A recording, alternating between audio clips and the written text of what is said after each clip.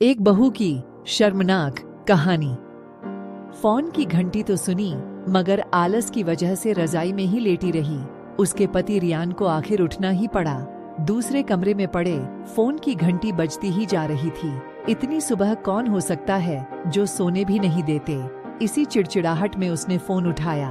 Hello, कौन? तभी दूसरी तरफ से आवाज सुन सारी नींद खुल गई। नमस्ते पापा। बेटा, बहुत दिनों से तुम्हें मिलने नहीं आए, सो हम दोनों 11 बजे की गाड़ी से आ रहे हैं। दोपहर का खाना साथ में खाकर हम 8 बजे की गाड़ी से वापस लौट जाएंगे। ठीक है?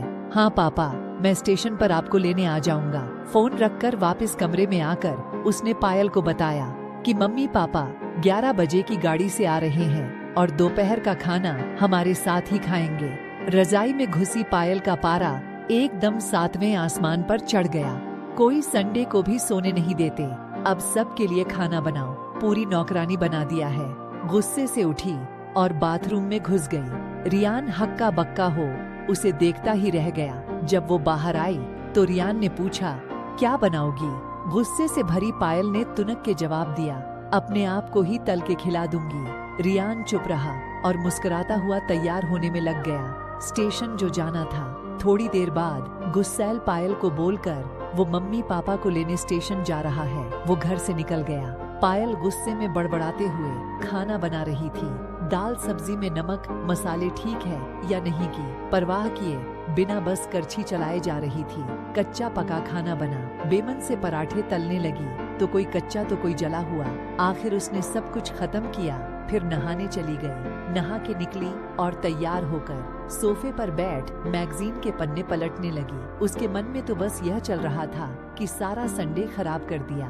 बस अब तो आएं, खाएं और वापस जाएं। थोड़ी देर में घर की घंटी बजी तो बड़े बेमन से उठी और दरवाजा खोला। दरवाजा खुलते ही उसकी आंखें हैरानी से फटी की फटी रह गई और मुंह से एक शब्द नहीं निकल सका। सामने रियान के नहीं, उसके अपने मम्मी पापा खड़े थे, जिन्हें रियान स्टेशन से लाया था। मम्मी ने आगे बढ़कर उसे झिंझोड़ा, अरे क्या हुआ? इतनी हैरान परेशान क्यों लग रही है? क्या रियान ने बताया नहीं कि हम आ रहे हैं? जैसे मानो पायल के नींद टूटी हो। नहीं मम्मी, इन्होंने तो बताया था, पर चलो आप अंदर तो आओ। रियान तो अपनी मुस्कुराहट रोक नहीं पा रहा था।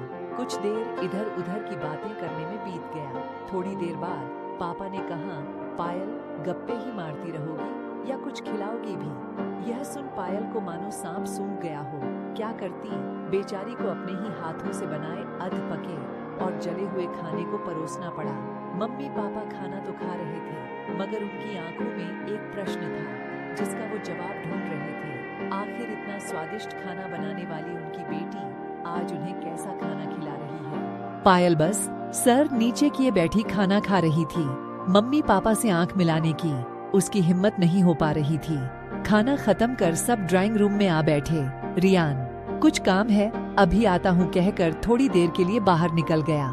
रियान के जाते ही मम्मी, जो बहुत देर से चुप बैठी थी, बोल पड़ी, क्या रियान ने बताया नहीं था कि हम आ रहे हैं? तो अचानक पायल के मुंह से निकल गया, उसने सिर्फ यह कहा था कि मम्मी पापा लंच पर आ रहे हैं। मैं समझी उसके मम्मी पापा आ रहे हैं। फिर क्या था? पायल की मम्मी को समझते देर नहीं लगी कि ये मामला है। बहुत दुखी मन से उन्होंने पायल को समझाया, बेटी, हम हो या उसके मम्मी पापा, तुम्हें तो बराबर का सम्मान करना चाहिए। मम्मी पापा क्या, कोई भी घर आए तो खुशी खुशी अपनी हैसियत के मुताबिक उसकी सेवा करो। बेटी, जितना किसी को सम्मान दोगी उतना तुम्हें ही प्यार और इज्जत मिलेगा। जैसे रियान हमारी इज्जत करता है, उसी तरह तुम्हें भी उसके माता पिता और संबंधियों की इज्जत करनी चाहिए। रिश्ता कोई भी हो, हमारा या उसका, कभी फर्क नहीं करना। पायल की आंखों में आंसू आ गए और अपने आप को शर्मिंदा महसूस कर उसने मम्मी को वचन दिया कि आज के बाद फिर ऐसा कभी नहीं होगा। तो दोस्तों, यह कहानी से हमें सीखने को मिला कि हमें हर अपने का सम्मान करना चाहिए। दोस्तों, हमें उम्मीद है कि इस कहानी को आप अंत तक सुने होंगे और इस कहानी से कुछ सीखे होंगे। हमारी इस कहानी को सुनने के लिए धन्यवाद दोस्तों। ये कहानी आपको अच्छी लगी हो तो प्लीज हमें कमेंट कर जरूर बताएं और हमारे चैनल को सब्सक्राइब जरूर करें। धन्यवाद।